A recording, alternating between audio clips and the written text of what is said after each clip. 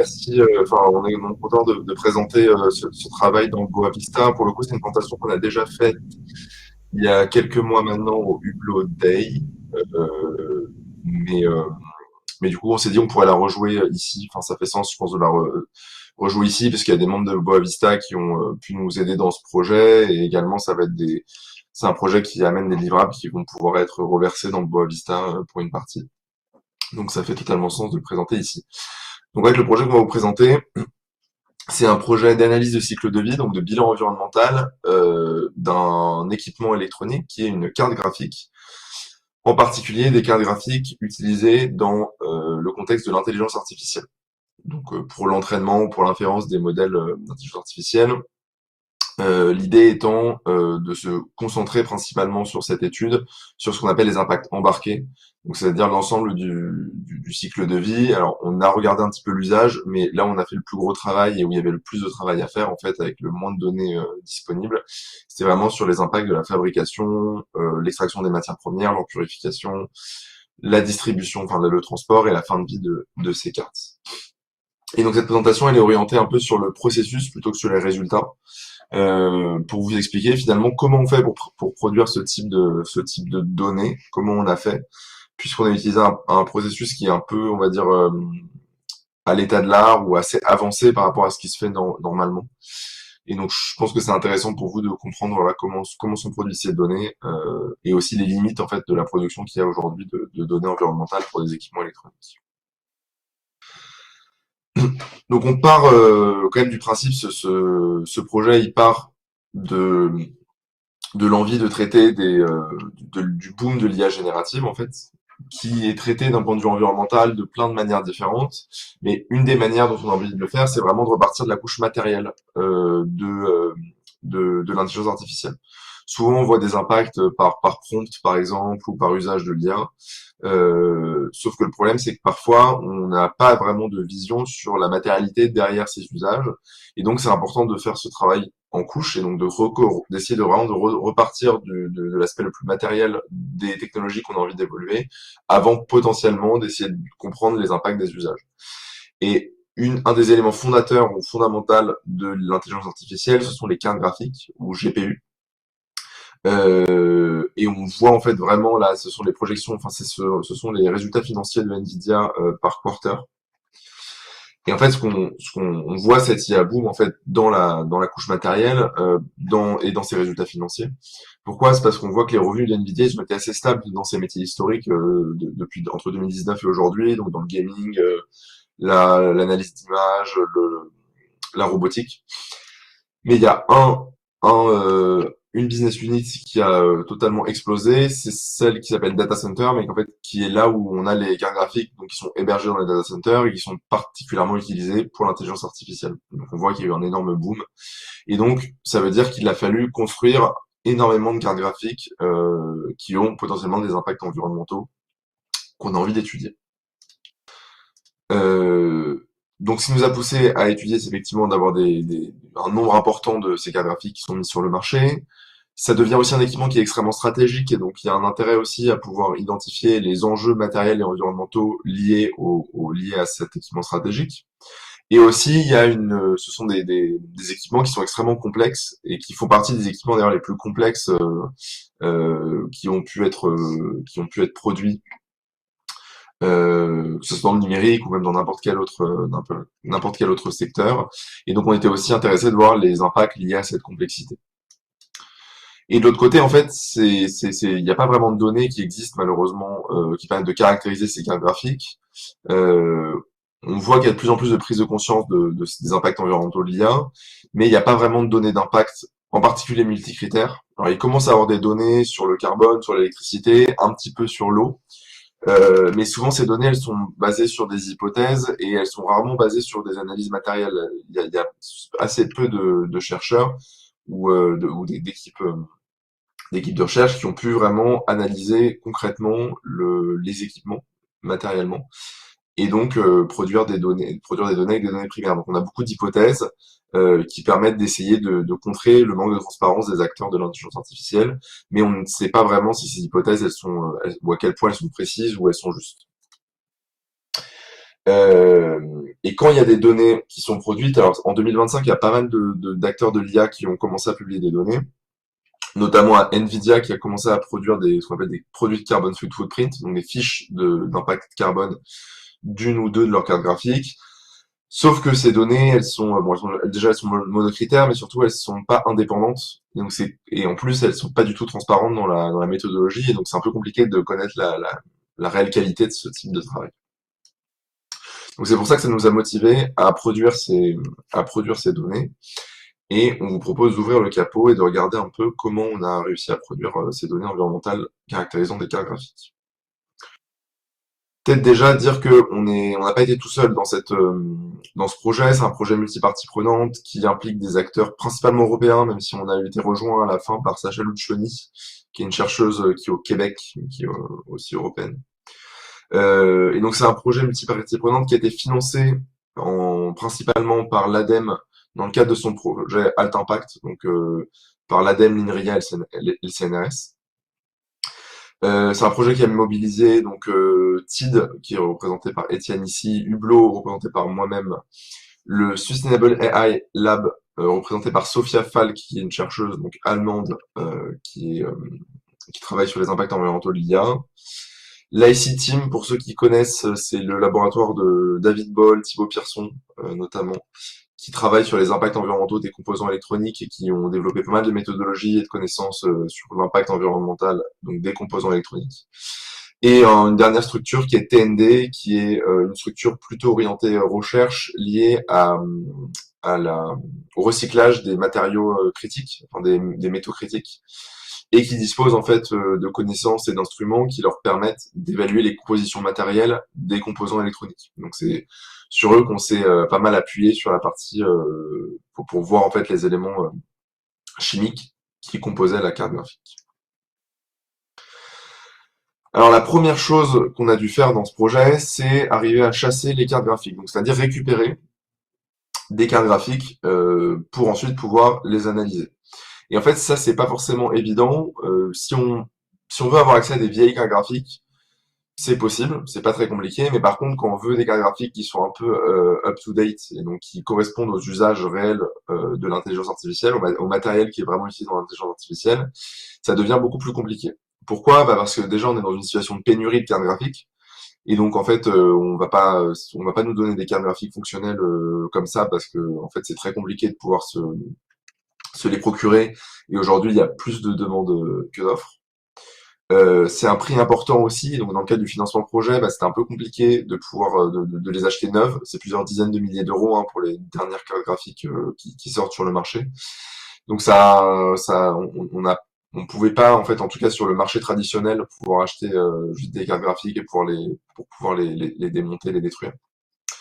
Et aussi, c'est considéré comme des déchets électroniques, et donc ça fait qu'il y a des règles supplémentaires qui font que c'est pas forcément évident de les sortir des stocks pour les personnes qui possèdent ces cartes graphiques.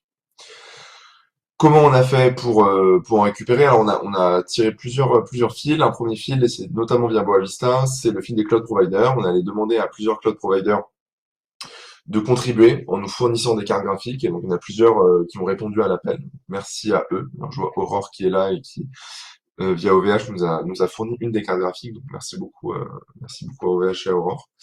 Donc ça a été la principale source pour récupérer des cartes, sauf qu'à un moment dans le projet, on voulait cibler une carte en particulier, qui est la Nvidia A100, qui est la carte a été utilisée pour l'entraînement de GPT-3 et GPT-4, et qui est un peu l'incarte qui est le symbole du boom de l'IA générative.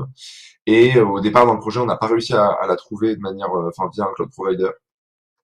Et donc on a décidé de l'acheter sur le marché de la seconde main, sur le eBay chinois, de manière, on va dire, un marché un peu parallèle, hein, parce que c'est des cartes où il y a des embargos américains, où il y a eu des embargos américains dessus pour la Chine. Et donc on a acheté cette carte d'occasion aussi pour avoir ce modèle particulièrement qui nous intéressait. C'est un peu les différentes manières qu'on a eu de se les procurer. Et on s'est retrouvé avec un peu un bestiaire, en tout cas, ou un catalogue de cartes graphiques. Donc des cartes graphiques qui sont plutôt des cartes graphiques orientées gaming, mais des cartes graphiques gaming haut de gamme.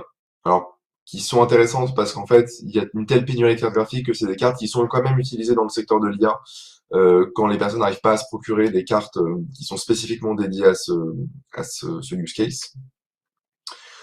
Des cartes plutôt orientées sur la visualisation, la gestion des images.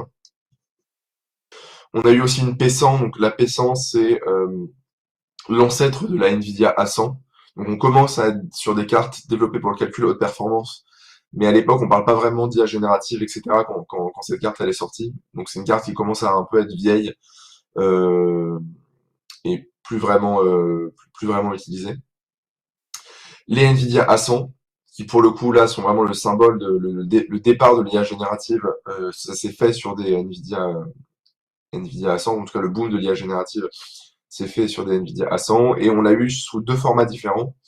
Un premier format donc on a acheté sur eBay qui est le format PCI Express, donc qui ressemble en fait classiquement à ce que vous avez dans votre ordinateur avec des pins, vous la calez comme ça dans un slot et vous avez un radiateur, pardon, des ventilateurs qui expulsent l'air sur le côté.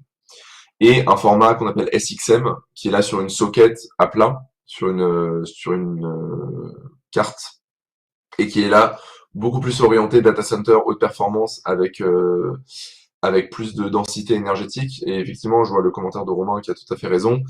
Le PCI Express, le problème c'est que ça va être bridé parce que le port PCI est limité en termes de puissance.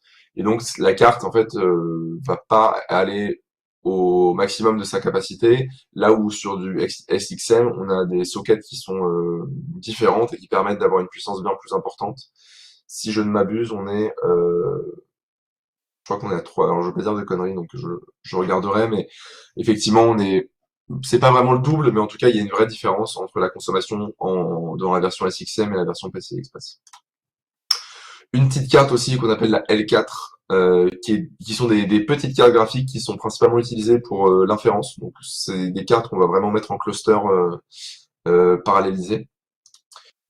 Et la dernière carte, qui est celle la plus récente, qui est la GH200. Alors là, on est sur un mastodonte, hein, parce que on a à la fois une puce H100, donc qui était à l'époque, en tout cas, la dernière carte, la carte la plus récente de Nvidia. Vous avez à droite ici une puce graphique H100. Pardon, à gauche, une puce graphique H100, excusez-moi. Et à droite, vous avez ce qu'on appelle un CPU Grace. Donc c'est une autre architecture, une architecture de CPU. Donc là, c'est une carte qui combine un CPU et un GPU sur la même carte, qui vont discuter sur la carte. Et donc là, vous avez quand même une carte qui est quand même extrêmement consommatrice d'électricité et qui font partie des cartes les plus complexes qui peuvent être déployées par Nvidia. Et donc ce qui est intéressant, alors on n'a pas encore les résultats, on attend encore, normalement ça devrait arriver dans les semaines qui arrivent ou les jours qui arrivent. Mais ce qui est intéressant, c'est que sur cette carte, on a aussi reçu la carte, la main board, vraiment la carte globale sur laquelle sont implémentées ces cartes graphiques. Ce qui nous permet aussi d'étendre l'analyse, non pas juste sur les cartes graphiques, mais aussi plus globalement sur un rack complet de GPU. Voilà, qu'on va pouvoir partager aussi. Et je laisse la parole à Étienne. Oui, merci. Donc maintenant, on va un peu rentrer mettre les mains dans le cambouis. On va regarder un petit peu ce que c'est une carte pour faire de l'IA. Donc on va prendre effectivement l'exemple de la 100 SXM, qui est finalement celle qu'on a le plus étudiée. Donc une carte, là, voilà, on a extrait une comme disait David, on va avoir plusieurs cartes sur une mainboard. Là, c'en est une. Et donc, quand on va regarder ce qu'il y a dedans, on la démonte. Déjà, on va la séparer en deux. On a la grosse partie qui fait la majorité de la masse et du volume qui va avec le radiateur ici. Et en dessous, on a la carte en elle-même, qui est finalement assez simple, on verra par la suite. Donc après, sur la droite, vous avez le recto et le verso.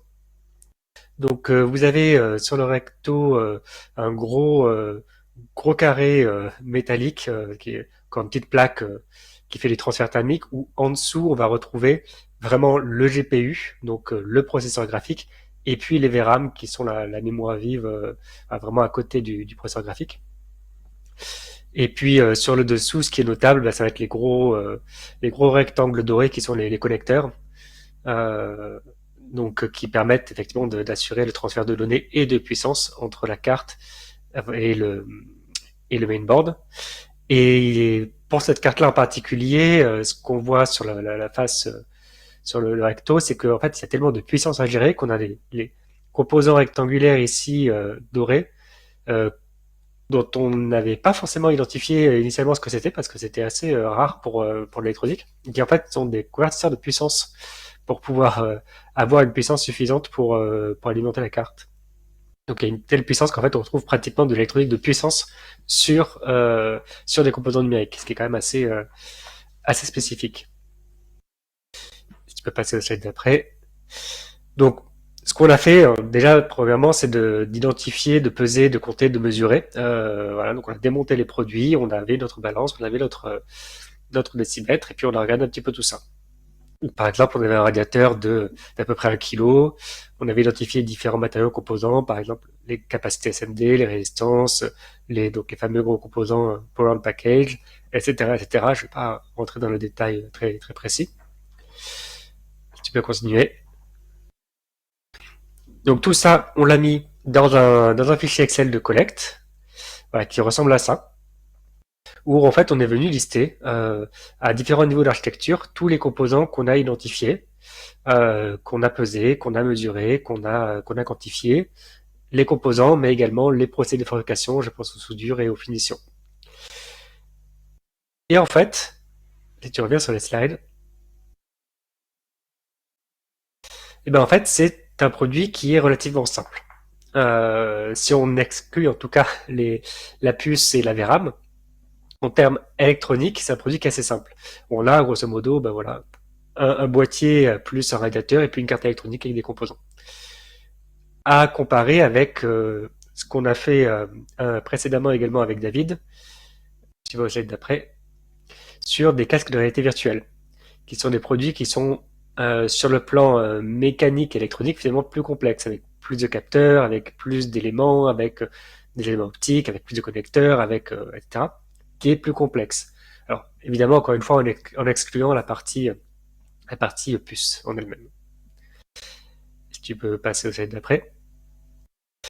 Alors, ça nous a permis également de nous interroger à la question de la réparabilité des cartes. Est-ce que ces cartes sont facilement démontables? Est-ce qu'elles sont facilement réparables? Et en fait, alors ce qu'on s'est rendu compte, c'est que démontables, oui. En général, on peut les démonter assez facilement avec des vis. Bon, il y a la question d'impact thermique, mais ça peut se changer. Par contre, est-ce que les composants sont réparables ou remplaçables? Là, c'est plus compliqué. Un petit peu. Donc, le premier sujet, c'est que le GPU en lui-même n'est pas réparable. Le GPU, c'est beaucoup trop petit évidemment, donc il faut le changer. Et le GPU, c'est la grosse partie de la valeur de la carte. Et en plus, on se rend compte que c'est ça qui va lâcher en premier avec les usages actuels des cartes. Hein. C'est en gros, on les crame, les transistors lâchent les uns après les autres et la capacité de la carte diminue. Les VRAM, ça peut être réparable alors, sur les anciennes versions, quand elles sont vraiment séparées physiquement, mais sur les nouvelles versions, elles sont sur sur le même die, sur la même puce que le GPU, donc c'est pas réparable. Et les autres composants, ça peut être possible si on voilà, on a les outils, les connaissances pour le faire. Donc en fait, on a des cartes qui, très généralement, ne sont pas réparées, hein, qui vont être utilisées jusqu'à ce qu'elles soient cramées et remplacées. Donc voilà pour un petit aparté là-dessus. Quelques éléments complémentaires sur l'assemblage des cartes. Donc, le processus d'assemblage des cartes électroniques, c'est assez classique. On a différentes étapes. Bon, ce qu'il faut retenir rapidement pour pas rentrer dans le détail, c'est que les étapes les plus importantes, c'est les dernières étapes, c'est tout ce qui va être lié à la soudure des composants. En l'occurrence, on n'aura pas de finition, donc ça va pas rentrer en ligne de compte, mais voilà, c'est là où il y a le plus d'impact. Donc, voilà, qu'est-ce qu'on en retient de tout ça? C'est que c'est un produit qui est relativement simple, mais on va le voir juste après, la complexité est au niveau de la puce principale et des VRAM. Alors, comment on a traité ce sujet? Eh ben, on a vu avec justement l'UC Louvain, euh, on a fait un partenariat avec eux pour qu'ils puissent rentrer dans le détail du GPU, des VRAM et d'autres composants principaux pour qu'on voit vraiment quelle est la surface de la puce, la technologie de la puce, etc. Donc, ce que vous voyez à droite sur le schéma très simplifié, c'est que un composant électronique, la surface que vous voyez, c'est l'époxy. Enfin, l'époxy est une autre matière, mais ce n'est pas la surface de la puce. La puce est à l'intérieur et elle est plus ou moins grande. On voit par exemple sur des composants en dessous que la puce est beaucoup plus petite que le composant lui-même. Pourquoi? Parce que le composant, il peut y avoir des notions de placer les différents connecteurs, il y en a beaucoup pour un GPU, il peut y avoir des contraintes de dissipation thermique, etc. Et donc nous, ce qui nous intéresse, en l'occurrence, c'est vraiment la surface de la puce en silicium. Donc ça, ils ont pu nous le fournir. Slide suivant. Alors, du coup, en précisant effectivement par une méthode de désencapsulation chimique, c'est-à-dire d'utiliser de l'acide pour dissoudre l'époxy en fait et révéler la dye qui est à l'intérieur. C'est la vidéo que vous voyez à gauche. Donc du coup, je disais que la complexité, elle vient pas tellement du produit, mais elle vient surtout des puces en elles-mêmes. Les puces, comment c'est fait? Alors, je vous rassure, on va pas rentrer dans le détail, hein. Vous trouvez la source de Gauthier si ça vous intéresse, c'est passionnant, mais ça mériterait une présentation en elle-même. En gros, les puces sont faites sur des wafers que David est en train de vous montrer et que vous trouvez également en photo sur le slide. Donc en fait, c'est des galettes de silicium. Le silicium est extra pur sur lesquelles on va venir faire différentes actions de dopage, etc. Pour faire les puces. Là, tous les carrés que vous voyez, c'est des puces. Et ça, c'est à la fois très complexe, mais ça génère également énormément d'impacts environnementaux. C'est très consommateur en électricité, c'est très consommateur en produits chimiques, c'est également très émissif de polluants dans l'air, dans l'eau, dans les sols. Et en plus, eh ben, toutes les puces qui sont gravées ne sont pas fonctionnelles. Pourquoi? C'est ce qu'on a sur la droite, on va avoir différents types de pertes. Déjà les pertes de bord, parce qu'on voit bien qu'on essaie de mettre des carrés ou des rectangles dans un rond et que toutes celles qui sont au bord, elles sont perdues. On va avoir des puces défectueuses, celles que vous avez en rouge ici, parce que même si c'est fait dans des chambres, des salles blanches avec une atmosphère contrôlée au maximum, on a quand même des pertes. On est actuellement à peu près à 0,1 défaut par centimètre carré. Et comme c'est des puces qui sont très grandes, on a de fortes chances de tomber sur un défaut. Et puis on a également des pertes de découpe, parce qu'au moins il faut bien passer une lame pour découper les puces entre elles, et donc ça fait perdre un peu de surface, ce qu'on appelle le kerf. Et donc, ces trois pertes cumulées nous donnent un rendement de puces qu'on appelle le yield, donc qui est le rapport des puces utilisables par rapport aux puces produites. Et forcément, plus ces puces sont grosses, plus les pertes sont importantes. Parce que quand on a un défaut sur une puce, sur une petite puce, c'est pas grave, il y en a plein. Quand c'est des grosses puces, on perd une grosse surface du wafer. Et sur les grandes puces, on a des pertes des pertes sont supérieures à 50%, donc un rendement qui est inférieur à 50%. Là où sur les petites puces, on peut avoir des rendements qui sont proches parfois de 99%. Alors il y a plusieurs modèles de calcul des pertes, modèles mathématiques, je ne vais pas rentrer dans les détails, mais c'est un peu compliqué d'avoir un chiffre précis parce qu'on va avoir des pertes en fonction des modèles entre 45 un rendement entre 45 et 61%. Mais on n'a pas les chiffres de Nvidia ou de TSMC en l'occurrence, donc on ne peut faire ça qu'avec des approches mathématiques.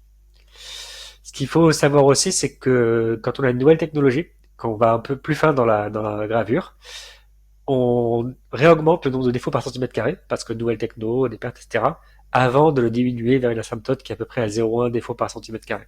Donc dès qu'on a une nouvelle techno, et c'est le cas pour les GPU de l'IA qui sont aujourd'hui, qui poussent vraiment la technologie, on a des pertes initiales qui sont plus importantes. Donc ça, on l'a pas forcément pris en compte, mais ça pourrait rentrer en ligne de compte. Donc, ce qu'il faut retenir, c'est que sur les GPU qui sont produites, on en jette à peu près la moitié. Donc forcément, ça double les impacts de la puce. Alors, je disais qu'effectivement, il y a des évolutions dans les technologies. Si on fait un peu l'historique depuis, on remonte à 97, grosso modo, pour faire les choses simples, on a des finesse de gravure de plus en plus fines. Donc, on est passé de 3 micromètres et aujourd'hui, on est sur du 3 nanomètres et même inférieur. Hein, on va même changer d'unité de mesure tellement on devient fin. Donc on commence à être au niveau en termes de taille, à peu près au niveau de l'atome. Donc ce qu'on voit aussi, c'est que on a des impacts qui augmentent avec les nouvelles technologies, parce que forcément, qui dit nouvelle technologie dit demande plus d'énergie, de plus de matériaux, de plus de composants chimiques. Donc c'est des choses qui sont difficiles à évaluer précisément. Il y a différentes études qui montrent différents résultats, mais toutes convergent vers le fait que plus on est sur une gravure fine, plus les impacts augmentent. En plus, on se rend compte que quand on avance dans le temps, on a des puces qui sont de plus en plus grandes, de plus en plus grosses. C'est ce qu'on voit sur le graphique à droite. Voilà, dans les années 2000, on était sur des tailles assez petites, et puis plus ça va, plus on va vers des tailles importantes. Là, aujourd'hui, on est autour de 1000 mm² de puces. Donc, si on, pardon, dernier point aussi, dans le slide d'après, ce qu'il faut savoir, c'est que la plupart de ces puces, des grosses puces, sont faites à Taïwan, qui aujourd'hui, c'est à Taïwan qu'a TSMC, et TSMC est a le monopole sur les puces de gravure les plus fines. Donc pour faire un petit peu voilà, remonter la chaîne, en gros Nvidia design les puces, mais Nvidia n'est pas un fabricant, n'est pas ce qu'on appelle un fondeur. Pour ça, il se base sur TSMC qui est basé à Taïwan, et pour info, TSMC utilise les machines qui sont faites par ASML qui sont en Europe, qui sont aux Pays-Bas. Donc il y a une chaîne vraiment assez complexe. Le souci qu'il y a avec ça, c'est que le mix électrique taïwanais, il n'est pas génial. Sur le plan environnemental, il y a pas mal d'énergie fossile. En plus de ça, il y a des enjeux liés à l'eau, parce que Taïwan a le souci d'accès à l'eau. En tout cas, la répartition des ressources en eau n'est pas aligné avec le placement des productions des puces. Et donc tout ça complexifie évidemment la transition écologique du pays parce qu'on a une forte demande énergétique et les nouvelles sources d'électricité ne permettent que de répondre à une demande croissante, mais pas d'assurer la transition électrique du pays. Et donc si on récapitule, on a des impacts importants qui sont expliqués par un haut niveau technologique, donc là c'est 7 nanomètres pour la 100, mais depuis on est sur le plus petit. Par une très grande surface, pareil sur la A100, on est sur du 826 mm², et je crois que ça a encore augmenté sur les puces suivantes. Par des pertes importantes, à peu près la moitié des puces sont jetées. Par un mix électrique taïwanais qui est assez mauvais. Et donc tout ça cumulé fait que ça a fait exploser les impacts. Je te rends la main pour la suite. Ouais. Donc là, on a traité de la phase de fabrication. On a voulu un peu remonter plus loin dans la chaîne de valeur. Dans une ACV, on prend aussi en compte l'impact de l'extraction des matières premières et de leur purification, ou en tout cas de leur transformation. Et en général, ce genre de choses dans l'électronique, c'est fait à partir de bases de données qui vont essayer de traduire, si vous voulez, on va expliciter les composants qui sont utilisés, et la base de données va nous traduire ça en ressources mobilisées, donc en éléments chimiques notamment mobilisés pour fabriquer cette carte. On a voulu avoir des données qui sont plus précises, notamment pour voir les spécificités des cartes graphiques, qui sont des objets assez récents et assez peu documentés dans les bases de données. Et donc pour ça, on a fait ce qu'on appelle une analyse élémentaire. Donc globalement, ce qu'on a fait, c'est qu'on a pris la carte graphique. Alors, ça a été fait par notre partenaire en TNB, et on l'a broyée à de multiples reprises pour atteindre une poudre qui fait moins de 2 mm de diamètre, et donc d'avoir une poudre qui est relativement fine, qu'on a ensuite mis à la pyrolyse. Donc ça permet en fait de retirer toutes les matières organiques. Donc dans ce cadre-là, c'est le plastique en fait, globalement, qui du coup va brûler, et en fonction de la quantité d'énergie qui va être produite par la pyrolyse, on va pouvoir déterminer la quantité de plastique, ou la quantité de matière organique, ici le plastique, composé à l'intérieur de cette poudre. Ensuite, on va mettre cette poudre en solution et on va le passer à un spectromètre de masse qui est une machine qui, à partir de la lumière, en fait, va faire un spectre qui va permettre d'identifier les éléments qui composent cette poudre, à la fois en qualité et en quantité. Donc, ça va nous dire quels sont les éléments présents et en quelle quantité ils sont présents, quelle est la proportion de composés de chacun des éléments. Ces spectromètres de masse, ils ne marchent qu'avec des étalonnages, c'est-à-dire que il faut qu'on ait des échantillons de tous les éléments qu'on veut tester. Et on n'a pas pu tester l'ensemble des éléments, hein, je pense notamment aux terres rares qui ont pas forcément été testés là-dessus. Donc l'analyse élémentaire elle est limitée aux éléments chimiques qui ont pu être testés. Il me semble qu'il y en a une vingtaine, peut-être plus. Voilà. Et donc notre partenaire nous a donné ce type de résultats. Alors tous ces résultats sont déjà disponibles de manière ouverte si vous êtes intéressé par les compositions élémentaires comme un résultat au-delà du résultat d'impact. Et vous voyez, on se retrouve du coup avec tous les éléments chimiques ici testés, leur teneur à l'intérieur de l'échantillon, et ensuite des données sur les incertitudes. On a été en capacité pour la version PCI Express, on l'a fait en un seul bloc. Par contre, pour la A100 SXM, ce qui est intéressant, c'est qu'on a pu le faire par composant. Donc, on a une analyse pour le radiateur, une analyse pour les Power On Package, donc les composants qui traitent de la gestion de l'ampacité électrique dont parlait Étienne, de la carte principale et de la puce de la puce GPU, il me semble. Donc ce qui permet aussi d'avoir finalement un modèle qui peut être un peu plus fin par composant et pas forcément noyé. Par exemple dans le cas de la carte SXM, en fait il y a 1 kilo quasiment qui est du radiateur en cuivre, et donc l'idée c'est pas de polluer les résultats par exemple liés à la puce GPU avec du cuivre, alors que le cuivre vient juste du GPU, et d'arriver un peu à dissocier d'où ça vient. Donc si vous voyez là vous avez, pour simplifier, on vous a mis la version PCI Express qui est juste un seul où il y a eu une seule analyse, mais vous pourrez regarder si vous voulez voir par composant. Globalement, ce qu'on voit, c'est que le principal contributeur, le principal élément, c'est le cuivre, comme je vous disais, qui est lié à la gestion de l'extraction de la chaleur. Sachant que ce cuivre, c'est intéressant parce qu'il y a une notion de trade-off. C'est que si on avait décidé d'avoir une carte qui refroidit à l'eau en water cooling, on aurait eu on aurait eu probablement beaucoup moins de cuivre. Et par contre, on aurait eu une empreinte en eau potentiellement plus importante. Donc il y a un peu un trade-off aussi en fonction du mode de refroidissement qu'on va utiliser entre des ressources métalliques et la ressource en eau. Ensuite, on a du fer, qui est principalement lié à la visserie, donc aux vis, à ce genre de petits composants.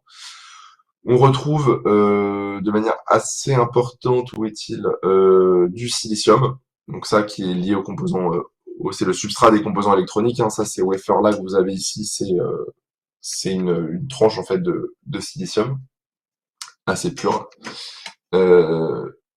Et là, vous avez polymère et perte à la pyrolyse. Voilà, ça c'est des plastiques. Et après, on a tout un tas d'autres composés en plus petite quantité. Sauf qu'il y a un petit problème, c'est que, si vous voulez, dans le numérique, le numérique, d'un point de vue global, si on regarde à l'échelle du secteur minier, c'est pas un secteur qui, finalement, a une empreinte minière très importante en termes de volume. C'est-à-dire que, si on prend d'autres secteurs comme le bâtiment, la transition écologique, donc typiquement les nouvelles énergies, les nouvelles mobilités, ce sont des secteurs qui consomment beaucoup plus de métaux en volume. Et le numérique, finalement, apparaît assez peu quand on regarde les volumes par secteur. Par contre, le numérique, il a une vraie spécificité par rapport aux autres secteurs, c'est celui de la pureté. Ça, je vous invite à regarder le dernier article de Gauthier Roussy là, sur ce sujet qui s'appelle Pure and Pure. En fait, c'est un secteur qui demande des éléments à un très haut niveau de pureté. Et ça implique des procédés de purification qui sont très polluants, très consommateurs en ressources et en énergie, et rejetant plus de pollution sur les sites où la purification est effectuée. Vous avez un exemple ici de tableau de Mendeleïev, c'est pas un exemple, c'est un tableau de Mendeleïev avec la plupart des métaux qui sont utilisés dans le secteur des semi-conducteurs. Bon, ce qu'on arrive à voir, c'est que quasiment en fait tous les métaux sont mobilisés, mais ce qu'on voit aussi, c'est le niveau de pureté auquel ils sont mobilisés. L'unité là, vous voyez le N, si vous voulez, c'est le nombre de 9. Donc vous avez 99,99999%, donc 2N c'est 99%, 3N 99,9%, etc. Et si vous voyez le silicium, par exemple, qui est un cas intéressant, le silicium, dans le numérique, il a un niveau de pureté de 9N, Vous voyez, c'est 99,79 après la virgule de pureté. Et pour atteindre ces niveaux de pureté, en fait, il y a très peu de sites qui sont en capacité de l'atteindre. Donc, c'est très concentré, les sites de production qui sont en capacité de produire ce silicium. Et donc, qui vont avoir des procédés particuliers et qui sont aujourd'hui très peu documentés. En fait, on va avoir tendance, quand on va faire des bilans environnementaux, à prendre les impacts de l'élément chimique finalement moyen qui sort dans les usines moyennes et pas forcément celui qui sort avec le niveau de pureté qui est effectivement requis dans le secteur du numérique. À droite, vous avez une autre manière de présenter ces résultats. En fait, on présente le niveau de pureté relativement au niveau de pureté, le niveau de pureté pardon dans le numérique relativement au niveau de pureté qui va être utilisé dans le secteur qui consomme le plus cet élément. Par exemple, le silicium, il va être principalement utilisé en termes de volume dans le bâtiment en alliage, qui demande en fait un niveau de pureté qui est assez faible dans les alliages dans le bâtiment. Et donc si on compare à comment c'est utilisé dans le numérique, bah, finalement on a 9N de plus que comparé à ce qui est demandé en termes de pureté dans le secteur du bâtiment. Donc vous voyez à l'inverse, sur l'or, il me semble que là, l'or est comparé au le secteur qui en va utiliser le plus. Il me semble que c'est la finance et la joaillerie. Et pour le coup, on voit qu'il y a juste un N de différence par rapport à la pureté moyenne qui va être demandée dans le secteur de la joaillerie et de la finance. Donc sur l'or, en fait, on va avoir probablement des impacts qui sont assez similaires avec ces secteurs-là. Mais par contre, sur le silicium, qui est utilisé assez massivement, on l'a vu, c'est un des éléments qui ressort dans notre cas graphique. Bah là, on a un vrai blind spot de savoir finalement quels sont les impacts spécifiques de ce procédé. Ce qu'on ressort avec ces analyses, c'est que finalement, l'analyse élémentaire, ça met en avant qu'il y a un cocktail d'éléments qui est présent dans cette carte graphique. Il y a beaucoup d'éléments différents. Euh, mais par contre, c'est difficile à exploiter aujourd'hui dans les cadres des analyses de cycle de vie, parce qu'en fait, on a du mal à considérer la pureté enfin les impacts spécifiques des éléments purs qui sont utilisés dans la carte graphique, dans la fabrication de la carte graphique. Et aussi, on considère mal aussi les impacts locaux liés à l'extraction des matières premières. Je vous donne la main, Étienne, pour la partie modélisation des impacts. Oui, tout à fait. Donc là, tout ce que vous avez montré, c'est comment collecter les informations qui vont nous permettre de faire l'analyse. Et ensuite, ben, il y a l'étape où on traduit tout ça dans le logiciel de la CV. En l'occurrence, on a utilisé le logiciel EIME avec une base de données, en l'occurrence la base de données Gaoctet, pour en sortir des impacts environnementaux. Forcément, le choix du logiciel de la CV et de la base de données va influer sur les résultats. On va voir tout à l'heure un petit peu comment. Donc c'est pour ça que dans ce qu'on a mis à disposition, c'est non seulement les résultats qu'on va vous montrer, mais également les modèles, parce que bah, ça peut être discutable, discuté, upgradé pour améliorer la qualité. Alors, rapidement, si tu passes à la slide suivante, comment ça fonctionne le logiciel de la CV? Alors, différentes présentations, mais en gros, c'est toujours à peu près la même chose. On va avoir un modèle qui va représenter le modèle physique de ce qu'on a collecté. C'est ce que vous avez ici sur la partie de gauche, en vue arborescente ou en vue à plat. Une base de données, donc pour chaque élément, chaque matériau, chaque émission, chaque consommation d'énergie, etc., on va associer une ou plusieurs données. Donc, on va avoir des données d'électricité, on va avoir des données d'émissions dans l'air de SF6, de ceci, de cela. Et donc après, on appuie sur un bouton pour calculer et ça traduit la modélisation physique en résultat d'impacts environnementaux que vous avez sur la droite. Donc là, c'est juste un exemple à la fois tableau de chiffres et graphique. Donc résultat d'impact, on a le réchauffement climatique, mais on a tout un panel d'impact. Par défaut, il y en a 16, mais il peut y en avoir plus ou moins en fonction des besoins. Donc on va retrouver sur la consommation des ressources minéraux et métaux, ressources énergétiques, sur l'acidification, sur les toxicités, sur la pollution de l'air, enfin plusieurs catégories d'impact qu'on va venir calculer. Toutes ne sont pas aussi pertinentes pour le numérique, mais on peut en tout cas toutes les calculer. Si tu passes au slide suivant, donc je disais, le choix de la base de données en particulier influe assez fortement sur les résultats. Donc on voulait pas se contenter de dire, bah, on le met dans une base de données, on appuie sur le bouton, on prend les résultats pour argent comptant et puis on s'arrête là. On a voulu comparer. Alors aujourd'hui, il n'y a pas 50 bases qui permettent de faire du calcul d'impact environnementaux de composantes numériques. Il y en a principalement deux, c'est la base Negaoctet qu'on a utilisée et c'est la base AMEC Net Zero. Donc on a eu l'opportunité d'échanger avec eux et de faire une comparaison au niveau des puces en silicium, donc notamment du GPU. Et ce qu'on s'est rendu compte, c'est qu'on a une différence d'impact qui est assez forte. Si on prend la base AMEC net zéro, on divise par 2 les impacts sur le réchauffement climatique. Ce qui nous a pas mal interrogé, on a essayé de creuser l'origine des écarts, on a des pistes, mais on n'est pas sûr. C'est encore des sujets qu'on va continuer à investiguer dans d'autres projets par la suite de l'autre côté. Mais voilà, en tout cas, ça nous a assez interrogé et ça nous fait dire qu'il faut prendre les résultats qu'on va présenter avec des pincettes et de voir ça comme des ordres de grandeur et pas des résultats précis à la virgule. Donc, ce qui nous a, voilà, quand on la creuse un peu plus, on se rend compte quand même qu'on a la même source principale sous-jacente, c'est TSMC. On a la même répartition des impacts sur les causes d'impact de production de la puce, mais on imagine que on a une différente prise en compte des pertes. Euh, euh, Certains pensent que les pertes ont été prises en compte par des SMC, d'autres pensent que non, et forcément, comme les pertes sont autour de 50%, on pense que la différence vient de là. Mais on n'a pas trouvé de moyen de le justifier. Alors, je vois qu'il y a quelques questions juste là-dessus. Pourquoi avoir écarté CoinVent Pour CoinVent, en fait, c'est des données qui sont plus anciennes que ce qu'on peut avoir avec IMEC ou avec NegaOctet, et qui du coup nous paraissaient pas forcément pertinentes parce que ça va très vite dans le numérique. Donc on n'a pas fait ce calcul-là de comparer avec CoinVent. Par contre, on sait que CoinVent a la volonté de mettre à jour la base de données prochainement, voilà, les travaux en cours.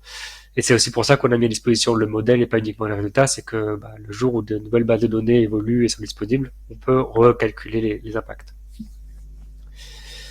Et puis, facteur 2, c'est certes important, mais c'est pas non plus plus ordre de grandeur, plutôt encourageant pour nous sauvegarder. Oui, effectivement.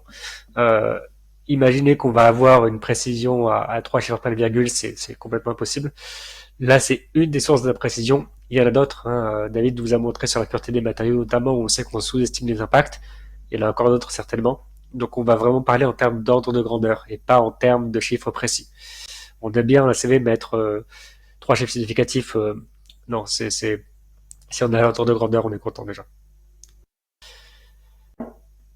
Donc, finalement, ça résume bien sur ce slide, c'est qu'une ACV reste un modèle et aucun modèle n'est parfait.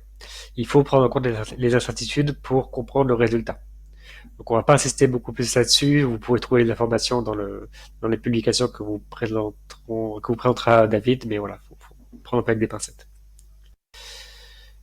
Du coup, principaux résultats. Donc, on a fait des résultats à 2 niveaux, on va dire. Un premier niveau qui est au niveau vraiment des cartes. Donc là, avec l'exemple d'une A100 qui est utilisée en France, donc avec un mix électrique français. Alors, je vais pas rentrer dans le détail de tous les résultats, ça fait beaucoup d'infos, mais grosso modo, on peut extraire le réchauffement climatique. On voit qu'on est à peu près à 1 tonne de CO2 équivalent sur la durée de vie de la carte, avec quand même beaucoup d'impact sur la phase d'usage. Hein, la consommation électrique reste importante. Et encore là, on est en France. Si on prenait un autre pays, ça serait d'autant plus important. Mais des impacts liés à la fabrication qui ne sont pas du tout négligeables et qui sont même majoritaires, voire quasiment uniquement apportés par la phase de fabrication sur certains indicateurs. Je pense notamment à la toxicité. Ensuite, si on va dans le détail, donc là on fait un zoom sur la fabrication pour regarder au sein de la fabrication d'où viennent les impacts. Et donc là, on a, on va dire, 2 sources principales en fonction des indicateurs. C'est soit le GPU en lui-même, la puce. Donc ça, c'est principalement le cas pour tout ce qui est lié aux consommations d'électricité et aux émissions dans l'air liées à la fabrication de la puce. Donc le changement climatique, l'eutrophisation, l'écotoxicité, l'usage de ressources fossiles. Et puis, on va avoir un autre bloc, on va dire, qui va être constitué de la carte électronique hors puce et du radiateur, qui va être plutôt impacté sur tout ce qui est lié aux ressources. Donc, voilà, utilisation de ressources minéraux et métaux que vous avez donné en partant de droite, et puis aussi tout ce qui va être usage des sols, et voilà, quelques indicateurs complémentaires de toxicité. Et enfin, on a un deuxième niveau d'analyse, c'est les impacts de l'entraînement d'un modèle. En l'occurrence, on a pris l'entraînement de GPT-4, donc qui est fait avec aux États-Unis dans l'Iowa, donc on a pris un mix électrique spécifique pour l'Iowa.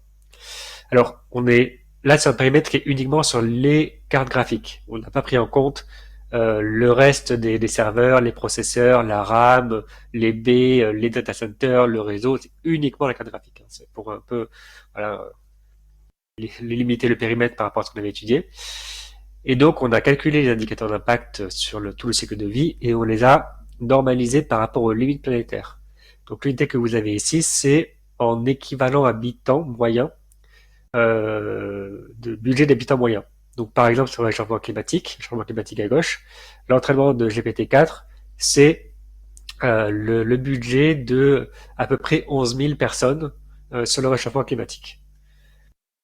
Sachant que c'est un entraînement et qu'évidemment, c'est des choses qui sont répétées régulièrement et que c'est qu'une partie du sujet. Donc voilà, je vais pas aller plus loin dans les chiffres, vous avez toutes les infos dans les publications que va vous présenter David. Alors ce travail, j'en finirai là-dessus, ça a fait l'objet de deux principales publications, un préprint, donc c'est un article de recherche qui n'a pas encore été revu par les pairs, mais qui est en cours de revue, euh, donc scientifique, qui s'appelle More Than Carbon.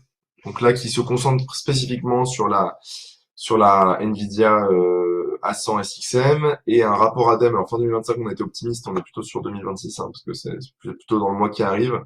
Où là, c'est un rapport ADEME où on va partager pas seulement du coup la Nvidia A100, mais l'analyse d'une dizaine de cartes graphiques.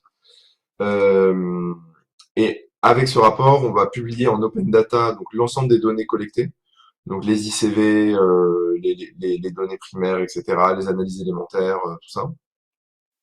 Donc une partie a déjà été publiée en supplémentaire immatériel du papier de recherche, donc vous pouvez aussi avoir accès. Et on va développer aussi un modèle paramétrique open source qui vous permettra, sur la base de la dizaine de cartes analysées, de pouvoir finalement étendre l'analyse à n'importe quelle carte graphique. Donc en caractérisant la carte graphique que vous avez envie d'évaluer et d'avoir les impacts multicritères de cette carte pour les impacts embarqués. Voilà, pour l'usage, c'est beaucoup plus simple hein, parce qu'il suffit juste d'avoir la consommation électrique de la carte qui est une donnée plutôt publique. Et alors je vous montre un exemple en avant-première, Étienne. C'est pas, on est en cours de développement d'un petit calculateur pour que ce modèle paramétrique puisse être utilisé plus largement, pas seulement dans un fichier Excel. Mais donc on développe aussi un petit calculateur qui sera mis à disposition de manière open source, qui vous permettra de pouvoir, sur la base d'un différents critères, vous avez la quantité de mémoire de RAM, le poids du casing, le poids du radiateur, etc., de pouvoir évaluer l'impact d'une carte graphique et d'avoir les résultats par composant ou par phase du cycle de vie de la carte. Voilà, voilà. Et on a fini. Si vous avez des questions, n'hésitez pas à prendre la parole. Ça, c'est pas la même slide. Hop.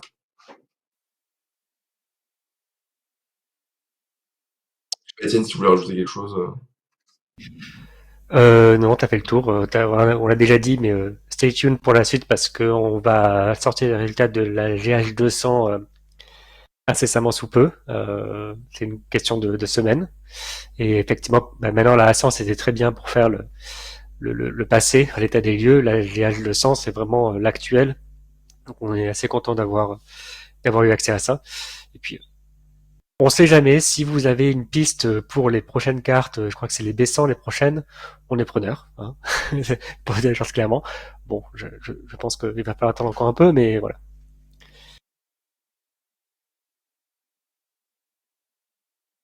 Est-ce que vous avez des questions? Ouais, bah, je vais commencer par poser la première question alors. Donc votre étude est attributionnelle dans une perspective conséquentialiste. Donc si on passe en termes d'ACV conséquentiel, quels changements marginaux, par exemple substitution de matériel, allongement de la durée de vie, baisse de l'intensité d'entraînement, changement d'infrastructure, vous semblent vraiment pertinents à modéliser? Par rapport à ça, c'est quelles sont vos données actuelles qui, selon vous, vous permettent déjà de traiter de manière robuste ces changements? Vaste question. Alors, Euh, ouais, alors je vais faire peut-être quelques petits éléments.